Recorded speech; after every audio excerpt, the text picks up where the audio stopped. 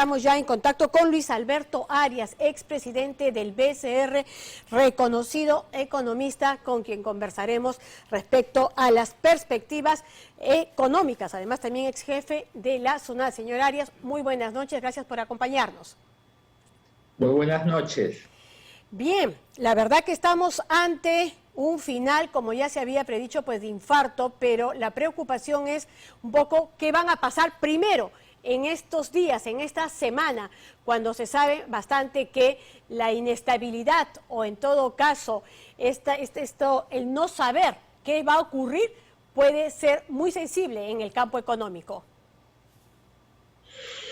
Bueno, sí, es un resultado bastante apretado y vamos a tener que esperar un par de días hasta que la OMPE realice el 100% del conteo de las actas para saber finalmente quién es el ganador. Esto evidentemente genera algo de incertidumbre, pero yo creo que debemos mantener la calma hasta que no se sepa el resultado final, porque en el fondo, gane quien gane, lo va a hacer por un resultado muy ajustado, y en el fondo lo que tenemos es un país polarizado. Esta polarización ha llegado a un nivel máximo en esta elección, pero también debemos saber que lo que los peruanos están diciendo es que debemos consensuar.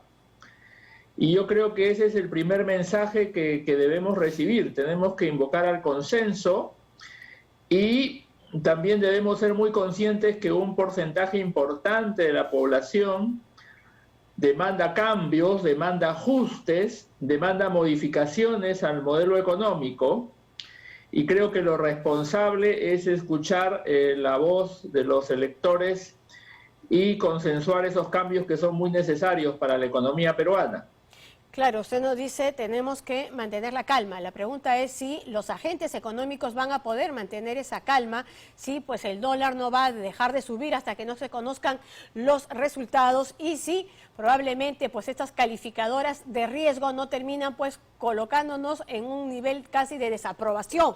¿Es eso probable? A ver, vamos a diferenciar. Primero es la incertidumbre electoral. El dólar ha estado volátil en las últimas semanas, probablemente haya algo de volatilidad esta semana también, pero tenemos un Banco Central que tiene las reservas, tiene los instrumentos monetarios para manejar esa volatilidad, para suavizar alzas o bajas en el tipo de cambio. Entonces yo creo que hay que estar tranquilos porque el Banco Central va a hacer su trabajo en este periodo de incertidumbre.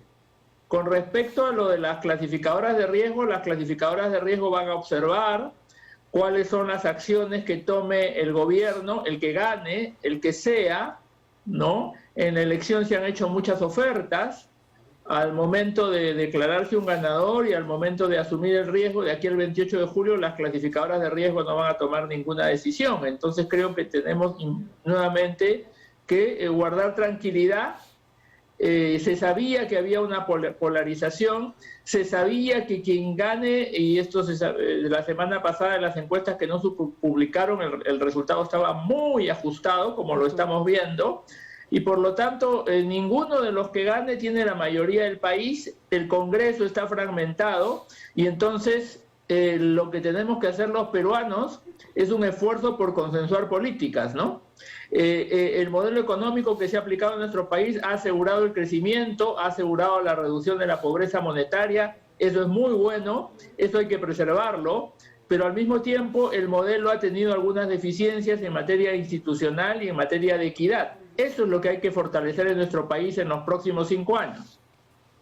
Así es, pero precisamente, ¿por dónde tendría que empezar a hacerse estas modificaciones? Por ejemplo, desde un lado se plantea mayor Estado, por otro lado también se habla de que debería de mejorar la ejecución. ¿Por dónde tendrían que empezar a darse los primeros pasos? Los primeros pasos en el corto plazo es continuar con el proceso de vacunación. El Perú ha adquirido las vacunas necesarias. La meta debiera ser vacunar a todos los peruanos mayores de 18 años este año. Eso va a asegurar una reactivación económica porque los vientos del exterior son muy favorables para el país. El precio del cobre está arriba de los $4. La situación fiscal, que el año pasado tuvimos un déficit cercano al 9%, este año va a ser bastante menor. Entonces la economía viene bien. Lo que tenemos que hacer son ajustes en distintas materias. Por ejemplo, en el campo tributario hay que buscar una tributación más progresiva, hay que buscar elevar la recaudación.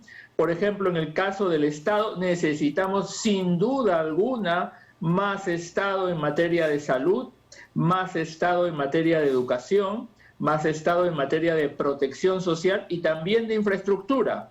Tenemos que hacer reformas estructurales pendientes en materia de salud, en materia de pensiones, en materia del mercado laboral, ¿no? El Perú tiene una economía sólida y falta que los peruanos nos pongamos de acuerdo para hacer esas reformas que necesitamos en mejora de los más vulnerables. O sea, esta elección demuestra una vez más, no por primera vez, es la tercera elección en donde el mapa político es el mismo, y las zonas en donde hay mayor atraso, las zonas que están menos integradas al mercado, las zonas en donde hay menor provisión de prestación de servicios sociales, son las zonas que hacen un voto de protesta, que hacen un voto que pide un cambio. Entonces todos tenemos que reconocer que hay que hacer cambios y esto hay que hacerlo con calma y en consenso.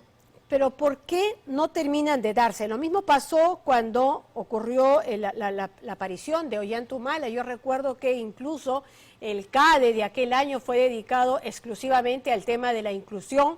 Todos los expositores tenían que dar propuestas respecto a cómo hacer un país más inclusivo, todos los colores, todas las regiones, pero ¿qué es lo que falla para que no puedan llevarse adelante muchas de esas propuestas?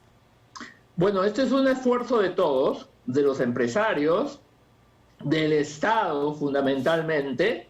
Tenemos que poner mucho esfuerzo en ese Estado que no camina, tenemos que mejorar la calidad del Estado, la calidad de las instituciones. Aquí más importante que el modelo económico que se aplique, que de hecho es importante, es la calidad de las instituciones.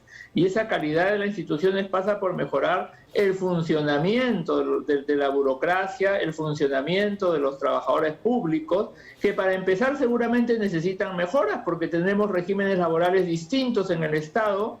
Hay un proyecto de servir, algo engorroso, eso hay que acelerarlo. O sea, no podemos tener un buen Estado si tenemos trabajadores de segunda categoría, si tenemos trabajadores públicos que no gozan de todos los derechos, tenemos regímenes muy provisionales, órdenes de servicio, trabajadores en casa. Tenemos que ordenar y organizar el Estado. La única forma en que podemos progresar es con un empresariado responsable, pero al mismo tiempo con un Estado en donde se hagan las reformas que se necesitan. Y hay reformas fundamentales, para no hablar en términos generales, que se tienen que hacer en sectores como educación, salud y poder judicial. Entonces tenemos que empezar priorizando. Esos tres sectores necesitan reformas urgentes.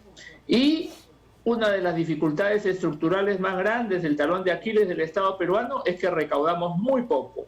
Y recaudamos muy poco porque hay evasión tributaria, recaudamos muy poco porque hay exoneraciones tributarias, y recaudamos muy poco porque hay que hacer algunos ajustes en la parte más equitativa, más progresiva de la tributación.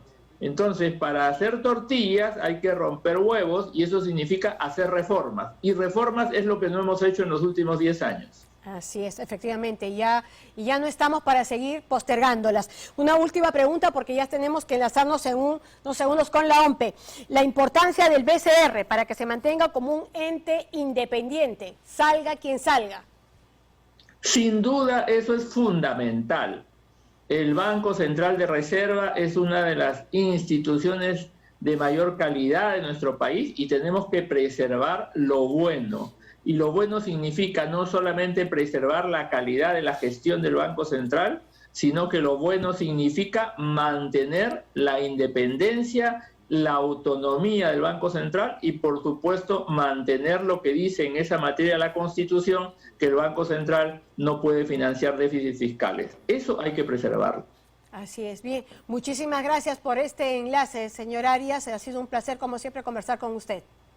Cómo no, buenas noches. Bien, muchísimas gracias. Ha sido pues Luis Alberto Arias, quien ha sido expresidente del BCR, pero también ha sido jefe de la SUNAT, así que amplia experiencia en el campo, vamos que la tiene, ¿no?